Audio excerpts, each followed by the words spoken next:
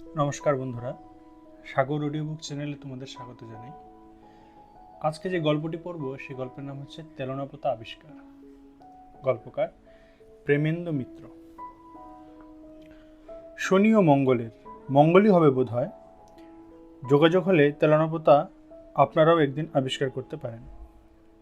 অর্থাৎ কাজে কর্মে মানুষের ভিড়ে হাঁপিয়ে ওঠার পর যদি হঠাৎ দুদিনের জন্য ছুটি পাওয়া যায়, আর যদি কেউ এসে ফুসলানি দেয় যে কোনো এক আশ্চর্য সরোবরে পৃথিবীর সবচেয়ে সরলতম মাছেরা এখনও তাদের জল জীবনের প্রথম বর্ষিতে হৃদয়বিদ্ধ করবার জন্য উদ্গ্রীব হয়ে আছে, আর জীবনে কখনো কয়েকটা পুঁটি ছাড়া অন্য কিছু জল থেকে টেনে তোলার সৌভাগ্য যদি আপনার না হয়ে থাকে, তাহলে হঠাৎ একদিন তেলনাপোতা আপনিও আবিষ্কার করতে পারেন।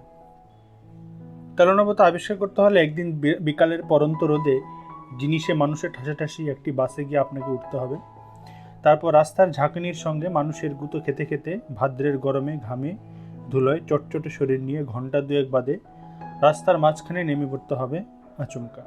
সামনে নিচু একটা জলার মতো জায়গার উপর দিয়ে ঘর ঘর শব্দে বাসটি চলে গিয়ে ওধারে পথের বাঁকে অদৃশ্য হওয়ার পর দেখবেন সূর্য এখনো না ডুবলেও চারিদিক ঘন জঙ্গলে অন্ধকার হয়ে এসেছে। কোনো দিক যে জনমানব দেখতে পাবেন না, মনে হবে পাখিরাও যেন সভয়ে সে জায়গায় পরিত্যাগ করে চলে গিয়েছে। একটা স্যাঁতস্যাঁতে ভিজে ভাবসা আবহাওয়া টের পাবেন, মনে হবে নিচের জলা থেকে একটা ক্রূর কুণ্ডলিত জলীয় অভিশাপ ধীরে ধীরে অদৃশ্য ফনা তুলে উঠে আসছে। বড় রাস্তা থেকে নেমে সেই ভিজে জলার কাছেই গিয়ে দাঁড়াতে হবে আপনাকে। সামনে ঘন জঙ্গলের ভেতর দিয়ে মনে হবে একটা কাদা জলের নালা কে যেন কেটে রেখেছে। সে নালার মতো রেখাও কিছু দূরে গিয়ে দুধারে বাঁশঝাড় আর বড় বড় ঝাঁকড়া গাছের মধ্যে হারিয়ে গিয়েছে। তেলনাপোতা আবিষ্কারের জন্য আরও দুজন বন্ধু ও সঙ্গী আপনার সঙ্গে থাকা উচিত।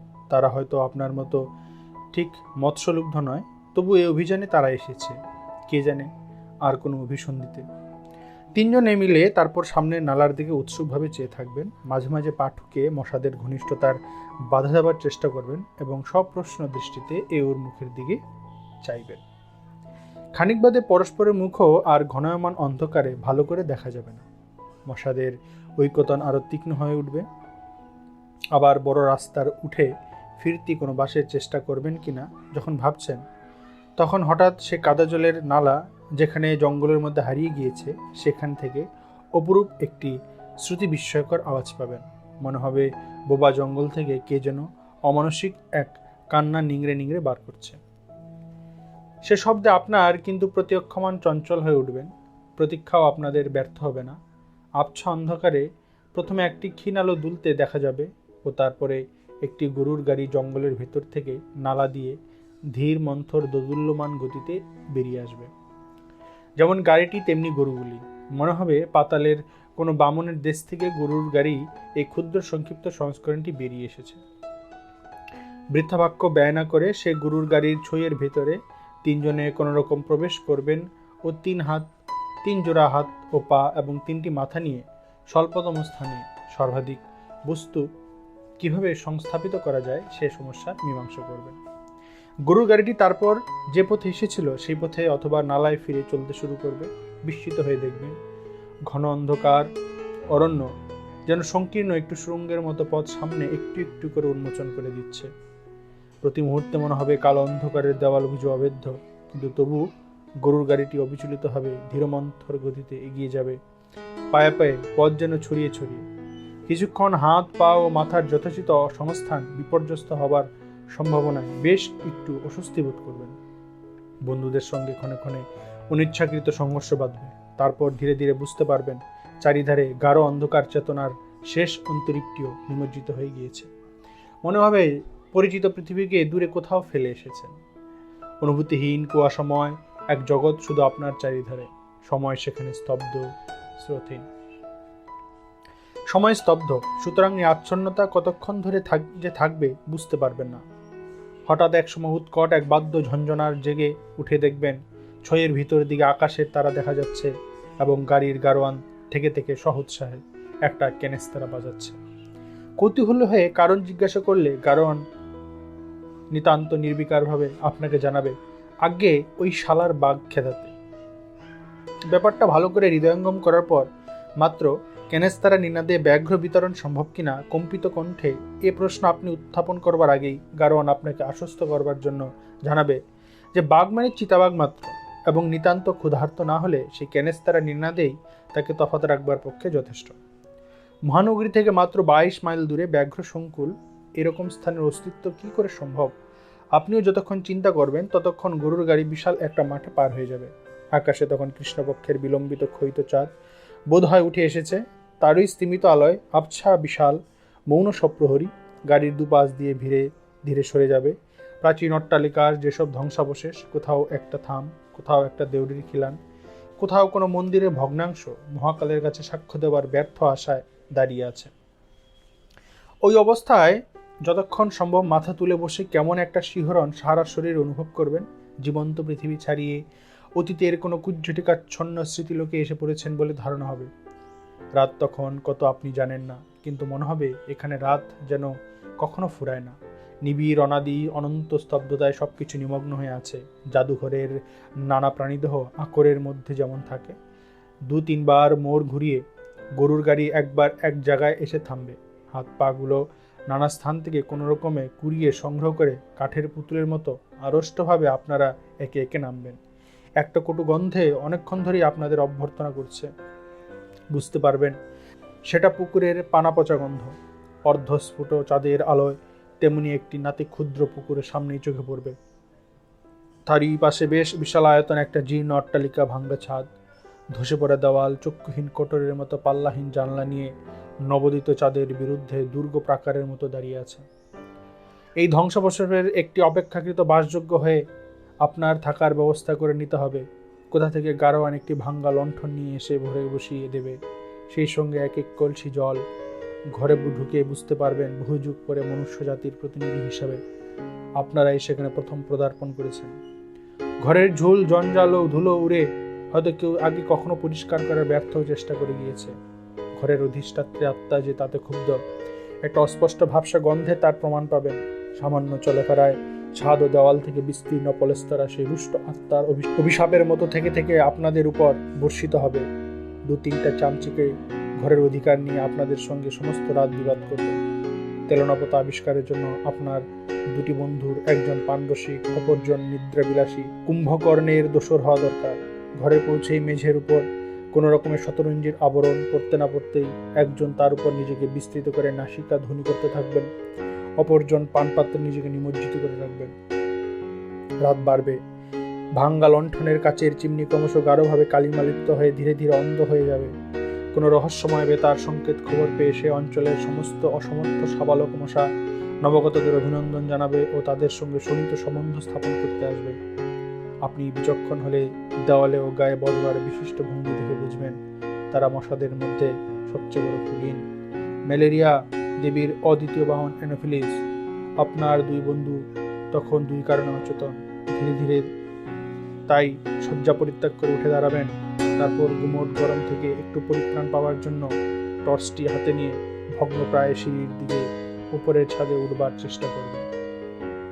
প্রতি মুহূর্তে কোথাও ইট বা টালি খসে পড়ে ভূপতিত হওয়ার বিপদ আপনাকে নিরস্ত করবার চেষ্টা করবে। তবু কোনো দুর্বার আকর্ষণের সমস্ত অগ্রাহ্য করে আপনি উপরে না উঠে পারবেন না। ছাদে গিয়ে দেখবেন অধিকাংশ জায়গাতে পলিশা ভেঙে ধূলিসাৎ হয়েছে।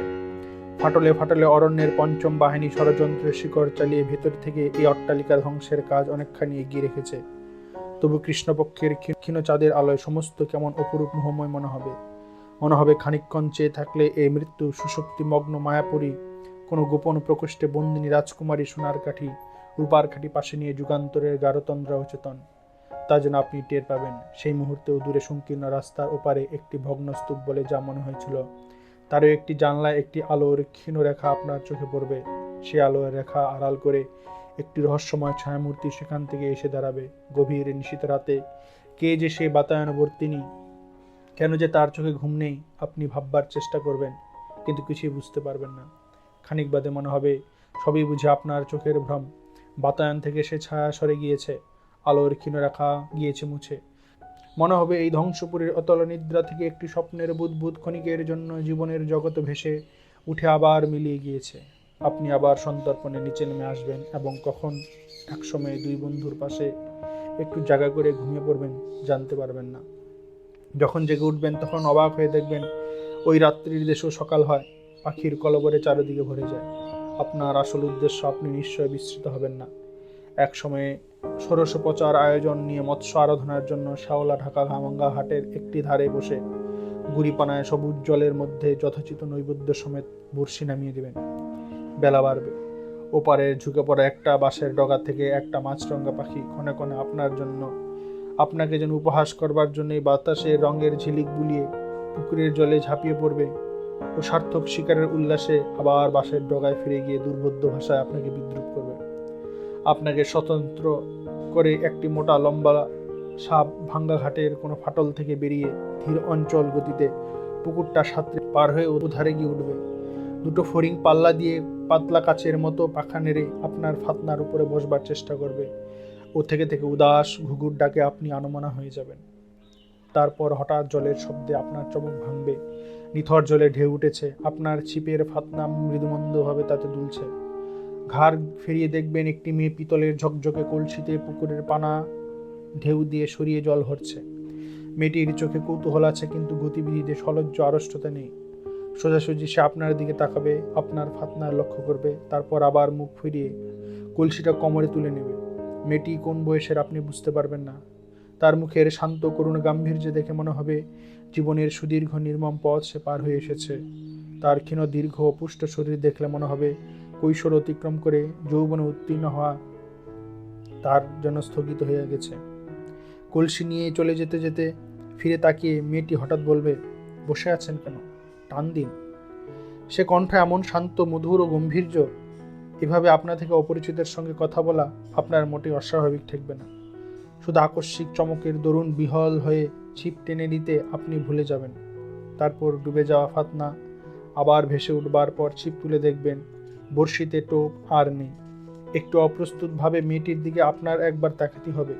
সেও মুখ ফুরিয়ে শান্ত ধীর পদে ঘাট ছেড়ে চলে যাবে, কিন্তু মনে হবে মুখ ফেরাবার চকিত মুহূর্তে একটু যেন দীপ্তি হাসির আভাস সে শান্ত করুণ মুখে খেলে গিয়েছে। পুকুরের ঘাটে নির্জনতা আর ভঙ্গ হবে না আপনার। তারপর ওপারের মাছরাঙ্গাটা আপনাকে সলজ্জ দেখার নিষ্ফল চেষ্টা ত্যাগ করে অনেক আগে উড়ে যাবে। মাছেরা আপনার শক্তি সামর্থ্য সম্বন্ধে গভীর অবজ্ঞা নিয়ে বোধহয় আর দ্বিতীয়বার প্রতিযোগিতায় নামতে চাইবে না। খানিক আগের ঘটনাটা আপনার কাছে অবাস্তব বলে মনে হবে। এই জনহীন ঘুমের দেশে সত্যি ওরকম মেয়ে কোথাও আছে, আপনি বিশ্বাস করতে পারবেন না। এমন সময় হতাশ হয়ে আপনাকে সাজ সরঞ্জাম নিয়ে উঠে পড়তে হবে। ফিরে গিয়ে হয়তো দেখবেন আপনার মৎস্য শিকারের নৈপুণ্যের বৃত্তান্ত ইতিমধ্যে কেমন করে আপনার বন্ধুদের কর্ণগোচর হয়েছে। তাদের পরিহাসে ক্ষুণ্ণ হয়ে এই কাহিনী কোথায় তারা শুনল জিজ্ঞাসা করে হয়তো আপনি পানরসিক বন্ধুর কাছে শুনবেন। কে আবার বলবে এইমাত্র যামিনী নিজের চোখে দেখে এলো যে। আপনাকে কৌতূহল হয়ে যামিনীর পরিচয় জিজ্ঞাসা করতে হবে। তখন হয়তো জানতে পারবেন যে পুকুর ঘাটের সেই অবাস্তব করুণ নয়না মেয়েটি আপনার পানরসিক বন্ধুটিরই জ্ঞাতিস্থানীয়। সেই সঙ্গে আরও শুনবেন যে দ্বিপ্রাহরিক আহারের ব্যবস্থাটা সেদিনকার মতো তাদের ওখানে হয়েছে। যেন ভগ্নস্তূপে গত রাতে ক্ষণিকের জন্য একটি ছায়ামূর্তি আপনার বিস্ময় উৎপাদন করেছিল। দিনের রূঢ় আলোয় তার শ্রীহীন জীর্ণতা আপনাকে অত্যন্ত পীড়িত করবে। রাত্রির মায়াবরণ সরে গিয়ে তার নগ্ন ধ্বংসমূর্তি এত কুৎসিত হয়ে উঠতে পারে আপনি ভাবতে পারেননি। এইটি যামিনীদের বাড়ি জেনে আপনি অবাক হবেন। এই বাড়ির একটি ঘরে আপনাদের হয়তো আহারের ব্যবস্থা হয়েছে। আয়োজন যৎসামান্য, হয়তো যামিনী নিজেই পরিবেশন করেছে। মেয়েটির অনাবশ্যক লজ্জা বা আড়ষ্টতা জেনেই আপনি আগেই লক্ষ্য করেছেন। শুধু কাছ থেকে তার মুখ করুণ গাম্ভীর্য আরও বেশি করে আপনার চোখে পড়বে। এই পরিত্যক্ত বিস্তৃত জনহীন লোকালয়ের সমস্ত মৌন বেদনা তার মুখে ছায়া ফেলেছে। সব কিছু দেখেও তার দৃষ্টি যেন গভীর এক ক্লান্তির অতলতার নিমগ্ন। একদিন যেন এই ধ্বংসস্তূপে ধীরে ধীরে বিলীন হয়ে যাবে। আপনাদের পরিবেশন করতে করতে 2-4 বার তাকে তবু চঞ্চল উদ্বিগ্ন হয়ে উঠতে আপনি দেখবেন। উপরতলার কোনো ঘর থেকে ক্ষীণ একটি কণ্ঠ যেন কাকে ডাকছে। যামিনী ব্যস্ত হয়ে বাইরে চলে যাবে। প্রত্যেকবার ফিরে আসবার সঙ্গে তার মুখে বেদনার ছায়া যেন আরও গভীরভাবে হয়ে উঠেছে। মনে হবে সেই সঙ্গে কেমন একটা অসহায় অস্থিরতা তার চোখে। খাওয়া শেষ করে আপনারা তখন একটু বিশ্রাম করতে পারবেন। অত্যন্ত দ্বিধাভরে কয়েকবার ইতস্তত করে যে যেন শেষে মরিয়া হয়ে দরজা থেকে ডাকবে, একটু এখানে শুনে যাও মণিদা। মণিদা আপনার সে পানরসিক বন্ধু। তিনি দরজার কাছে গিয়ে দাঁড়াবার পর আলাপটুকু হয়ে তা এমন নিম্নস্বরে নয় যে আপনারা শুনতে পাবেন না। শুনবেন যামিনী অত্যন্ত কাতর স্বরে বিপন্ন হয়ে বলছে, মা তো কিছুতেই শুনছেন না। তোমাদের আসার খবর পাওয়া অবধি কি যে অস্থির হয়ে উঠেছেন কি বলবো। মণি একটু বিরক্তিকর স্বরে বলল, ও সেই খেয়াল এখনো? নিরঞ্জন এসেছে ভাবছেন বুঝি? হ্যাঁ, কেবলই বলছেন সে নিশ্চয়ই এসেছে, শুধু লজ্জায় আমার সঙ্গে দেখা করতে পারছেন না। আমি জানি, তাকে ডেকে দে। কেন তুই আমার কাছে লুকোচ্ছিস? কি যে আমি করব ভেবে পাচ্ছি না। অন্ধ হয়ে যাবার পর থেকে আজকাল এত অধৈর্যতা বেড়েছে যে কোনো কথা বোঝালে বোঝে না। রেগে মাথায় ঘুরে এমন কাণ্ড করেন যে তখনও ওর প্রাণ বাঁচানো দায় হয়ে ওঠে। এত বড় মুশকিল দেখছি। চুপ থাকলেও না হয় দেখিয়ে দিতাম যে যারা এসেছে তাদের কেউ নিরঞ্জন নয়। ওপর থেকে দুর্বল অথচ তীক্ষ্ণ ক্রুদ্ধ কণ্ঠের ডাকটা আবার আপনারা শুনতে পাবেন।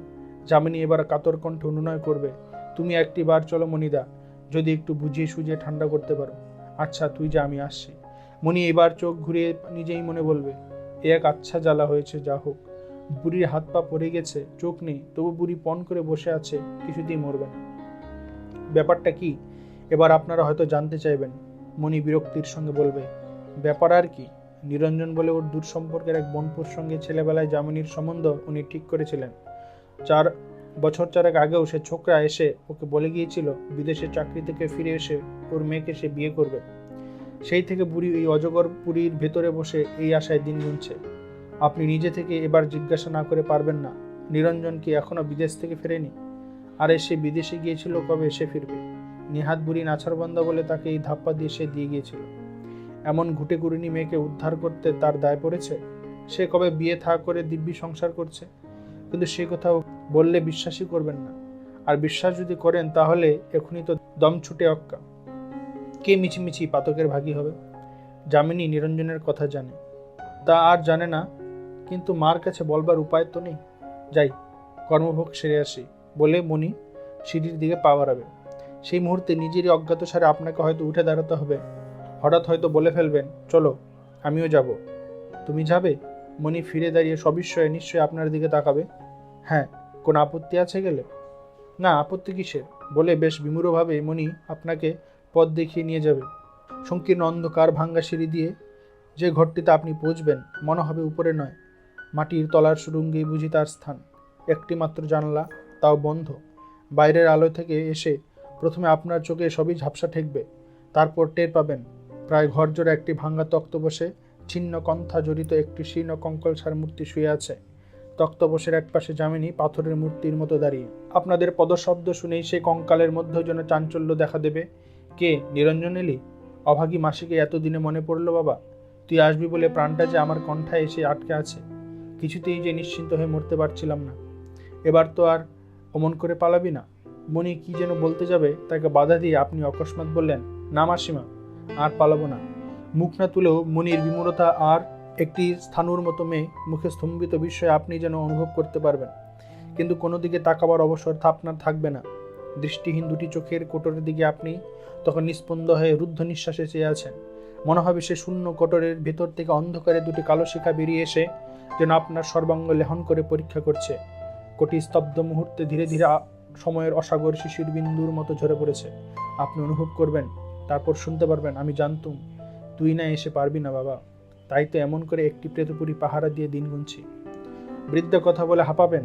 চকিত একবার যামিনীর উপরে দৃষ্টি বুলিয়ে নিয়ে আপনার মনে হবে বাইরের কঠিন মুখোশের অন্তরালের তার মধ্যেও কোথাও যেন কি ধীরে ধীরে গলে যাচ্ছে। ভাগ্য ও জীবনের বিরুদ্ধে গভীর হতাশার উপাদানে তৈরি এক সুদৃঢ় শপথের ভিত্তি আলগা হয়ে যেতে আর বুঝি দেরি নেই। বৃদ্ধা আবার বলবেন, যামিনীকে তুই নিয়ে সুখী হবি বাবা? আমার পেটে হয়েছে বলে বলছি না, এমনও হয় না। শোকে তাপে বুড়ো হয়ে মাথার ঠিক নেই। রাত দিন খিটখিট করে মেয়েটা যে কত যন্ত্রণা দেয় তা কি আমি জানি না? তবু মুখে ওর রা নেই। এই শ্মশানের দেশ 10টা বাড়ি খুঁজলে একটা পুরুষ মেলে না। আমার মতো ঘাটের মরারা শুধু ভাঙ্গা ইট আঁকড়ে এখনো সেখানে ঢুকছে।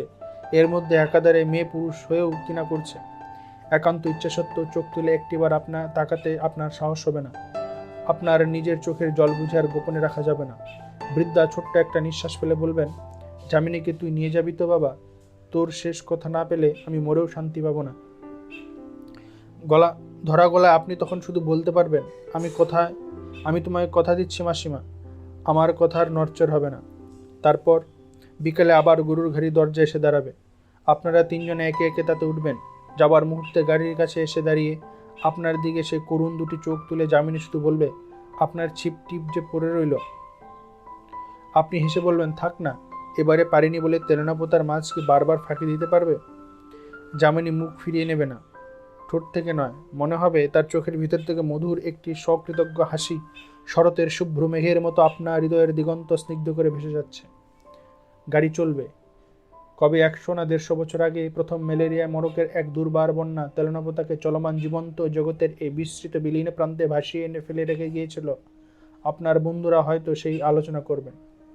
যেসব কথা ভালো করে আপনার কানে যাবে না। গাড়ির সংকীর্ণতা আর আপনাকে পীড়িত করবে না। তার চাকার একঘেয়ে কাঁদুনি আর আপনার কাছে কর্কশ লাগবে না।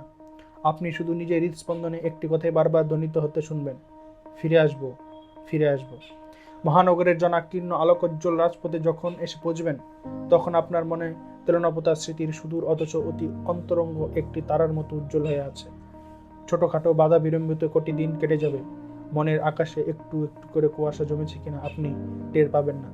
তারপর যেদিন সমস্ত বাধা অপসারিত করে তেলেনাপোতায় ফিরে যাওয়ার জন্য আপনি প্রস্তুত হবেন, সেদিন হঠাৎ মাথার যন্ত্রণা ও কম্প দেওয়া শীত লেপ তোষকের মুড়ি দিয়ে আপনাকে শুতে হবে। থার্মোমিটারের পারা জানবে 105 ডিগ্রি। ডাক্তার এসে বলবে, ম্যালেরিয়াটি কোথা থেকে বাগালেন। আপনি শুনতে শুনতে জ্বরের ঘরে আচ্ছন্ন হয়ে যাবেন। বহুদিন বাদে অত্যন্ত দুর্বল শরীর নিয়ে যখন বাইরের আলো হয় কম্পিত পথে এসে বসবেন, তখন দেখবেন নিজের অজ্ঞাতসারে দেহ মনে অনেক ধোয়া মোছা ইতিমধ্যে হয়ে গেছে। অস্ত যাওয়া তারার মতো তেলেনাপোতার স্মৃতি আপনার কাছে ঝাপসা একটা স্বপ্ন বলে মনে হবে তেলেনাপোতা বলে কোথাও কিছু সত্যি নেই।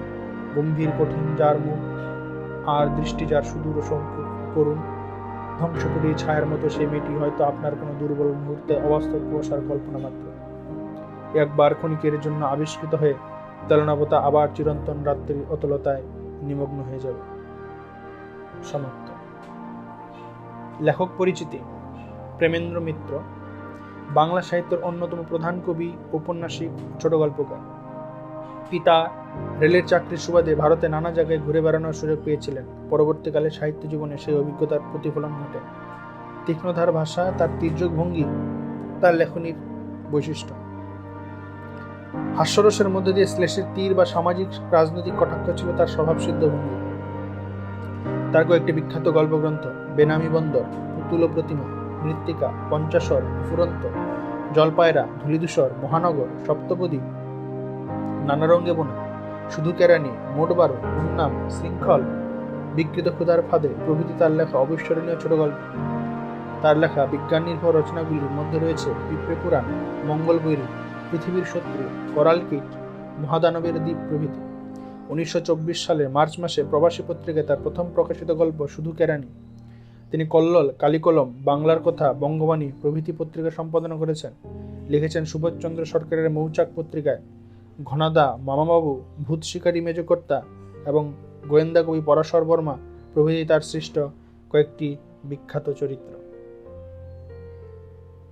বন্ধুরা, অডিওটি যদি তোমাদের ভালো লেগে থাকে তাহলে অবশ্যই লাইক ও শেয়ার করবে। দেখা হবে পরবর্তী অডিওতে। ধন্যবাদ।